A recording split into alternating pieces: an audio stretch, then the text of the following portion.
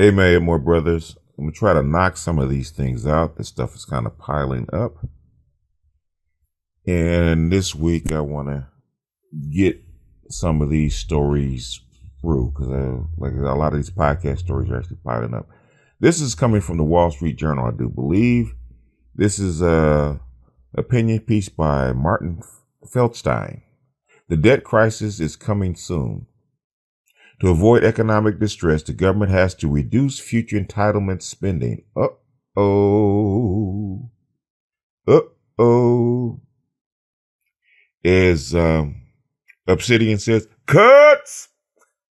The most dangerous domestic problem facing America's federal government is the rapid growth of its budget deficit and national debt. According to the Congressional Budget Office, the deficit this year will be $900 billion, more than 4% of gross domestic product. It will surpass $1 trillion in 2022. The federal debt is now 78% of GDP. By 2028, it was projected to be nearly 100% of GDP and still rising. And this will have very serious economic consequences, and the CBO understates the problem. It has to base its projection on current law, in this case, the levels of spending and the future tax rules and rates that appear in law today. Those levels don't match realistic predictions.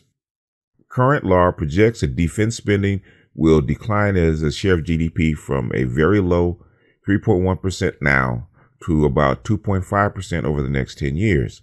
None of the military and civilian defense experts whom I've spoken believe that will happen, given America's global responsibilities, which probably will start to decline, and the need to modernize U.S. military equipment. It is likelier that defense spending will stay around 3% of GDP or even increase in the coming decade. If the outlook for defense spending is increased, the Democratic House majority will insist that non-defense discretionary spending should rise to match its trajectory. If defense and other discretionary spending stays steady as a share of GDP, the annual deficit will increase by nearly 1% of GDP, from 4.2% of GDP now to about 5% of GDP 10 years from now. At the same time, the tax increases in current law that the CBO assumes will occur during the next decade, as some of the recent cuts are phased out, probably won't happen. Congress will face strong political pressure to avoid a functional tax increase. What does that mean for the long run ratio of the federal debt to GDP?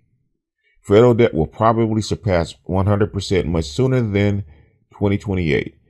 If discretionary spending increases, debt growth will jump to 100% even quicker.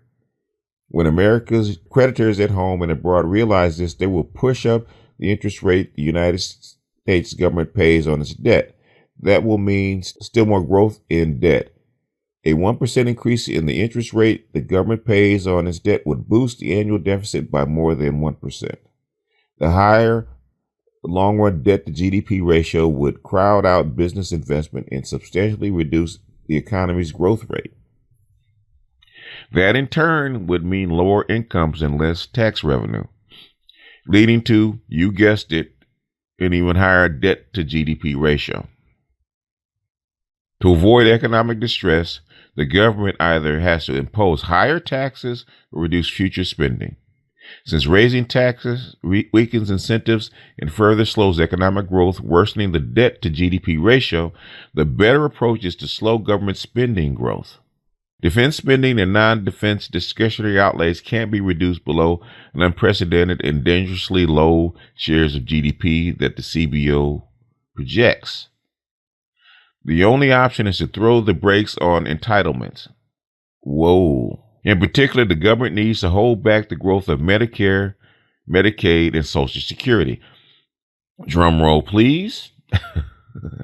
Federal spending on the two major health programs is projected to rise from its current 5.5% of GDP to more than 7.2% by 2029, and it will only keep increasing after that.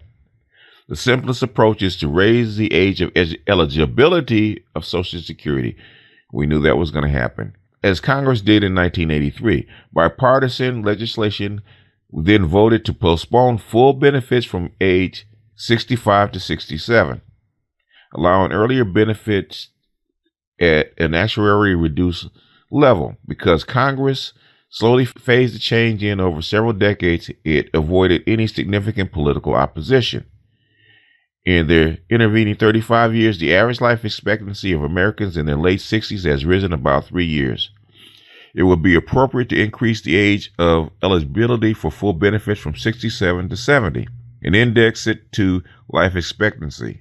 Exceptions could be made for retirees with low lifetime incomes. Lawmakers don't like to cut spending, but they have to do something. Otherwise, the exploding national debt will be an increasing burden on our children, economic growth, and our future standard of living. Martin Feldstein is chairman of the Council of Economic Advisors under President Reagan, is a professor at Harvard. The chickens are coming home to roost. They've already decided they are not going to cut defense spending. Like they said, global obligations. They need to keep the dollar strong and need to still be the policeman of the world in an encroaching and an increasing encroachment of China and Russia, amongst others. So, if they're coming after Social Security, Medicaid, and Medicare, which are considered sacred golden eggs, what do you think they're going to do with Section 8, welfare, WIC, and other programs? Can we say universal basic income, folks? I think before 2030, they will eliminate Social Security, Medicare, and all the other sundry programs that they like to call entitlements. Cuts are on the way. Cuts will happen. The U.S. can't really raise interest rates because they can't sell any more bonds. China's not buying. They started a trade war. Europe is in trouble. They can't buy either. America's going to have to hold its own nuts. That means austerity's coming, even worse than it has already been. 2019, get right or get left. By 2020, you're going to be kicking rocks. By 2022, you might be in breadlines. Automation, budget cuts, entitlement cuts, all these three things, the four horsemen are coming to ride in on you. Black women, beware. The age of the independent woman is probably going to be over. Also, the age of the independent man is probably going to be over. That rugged individualism is not going to hold up under this environment. You're going to have to start forming tribes. It is what it is. It's coming, folks. I don't know what you're going to do, but you better do it quick, and you better do it with gusto. You better be a constant student and keep learning and becoming a capable human being. So if you can wash cars or detail cars or whatever, or fix self-driving cars, better start learning how to do it. You young folks better learn how to code. Better get online, learn how to type, start coding. The classes are fairly cheap. In fact, you don't even have to go to school to learn how to do it. Do it from home with an internet connection. Put down the Xbox, put down the PlayStation, pick up the keyboard. Because the PlayStation, Xbox is not going to feed you. Stop being stupid. For you black women, the price of pussy is going to go down. It's already crashed. Keep this up, the price of pussy will be a protein bar and a bottle of water. Pussy has no value when Negroes cannot eat. Survival first, sexual access second. Remember that. All you cute chicks, secure the bag. The hell with him being lame or corny. So them dudes that's Pookie and Ray Roy with long dicks and swag. So unless you can actually ingest cum and that will actually feed you, you better start securing the bag. The corny dude with the thick glasses that can actually feed you and your kids, you better get busy. Like Obsidian said, cuts are coming. With that, I'm going to jump off here. This is BGS out, and I will see you Cretans on the next one. Peace.